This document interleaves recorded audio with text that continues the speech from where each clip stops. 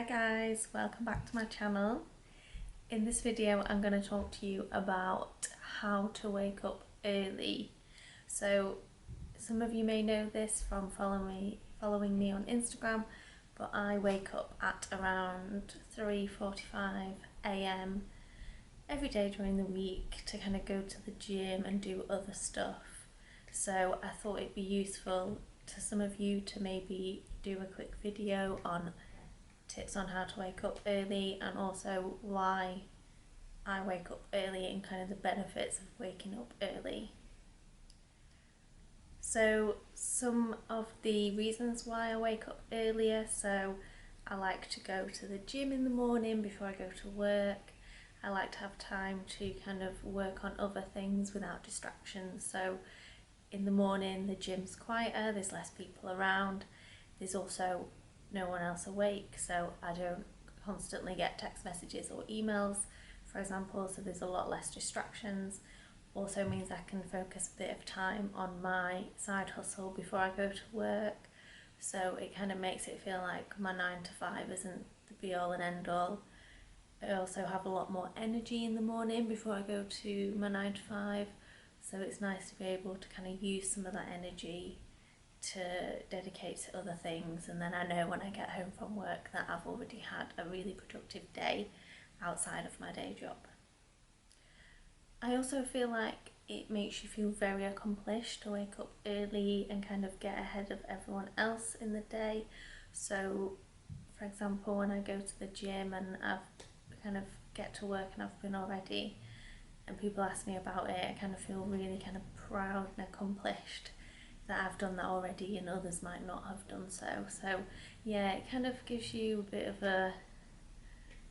a complex really about kind of you feel like you're really achieving things and doing a bit better. So yeah, I really recommend it. I've been doing it since I was probably 21, 22 when I was at university, and yeah, I really couldn't recommend it more. It's completely changed how I kind of set out my day, how much I can get done, etc. So yeah, it's really beneficial. So tips on how to wake up earlier. So one thing that I've implemented recently that I found really useful is having my alarm on the other side of the room. So it stops me from kind of being able to snooze it, because I have to actually get out of bed and turn it off and snooze it and then get back in bed, so that seems like quite a lot of effort. So putting it on the other side of the room has really helped. I also I've been listening to the live mindset reset videos from Mel Robbins recently, and she talks about not snoozing your alarm, using the 5, 4, 3, 2, 1 method to kind of just think 5, 4, 3, 2, 1, get out of bed and just do it. She also talks about something called sleep inertia, which is when you fall back to sleep after you've initially woken up and you put yourself back into a sleep cycle, and that can be kind of really have an impact on how your brain works again after that if you don't sleep for long enough and you kind of wake up mid-cycle. Apparently it's something like 4 hours before your brain gets back to kind of a really useful state. So if you ever kind of snooze and then feel groggy afterwards, that's why, because you haven't completed a sleep cycle. So definitely would recommend not snoozing your alarm. You set it for whatever time you want to get up and you just do it and get out of bed. I think it's also important to have a really good evening and morning routine. So your evening routine should be really about focusing on how can you wind down and get yourself into a state where you're quite relaxed and able to sleep. So you could do things like journaling, meditating, listening to some relaxing music. I also try and not look at my phone for perhaps an hour before I go to bed, just so I don't have that impact of the screen light keeping me awake. Don't really watch TV, so I wouldn't recommend doing that before bed because it can be quite distracting and keep you awake.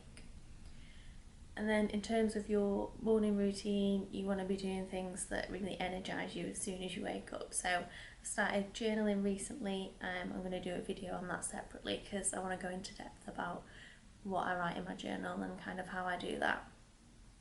But it's something I find helpful is kind of talking about, sort of writing about what I'm grateful for, what's gone well the day before, what my priorities are for the day and how I'm going to tackle the day, and then maybe listening to some inspiring content just to energise you, drinking plenty of water, maybe get some exercise in, and yeah, just kind of do things that are really going to like raise your energy and keep you kind of excited.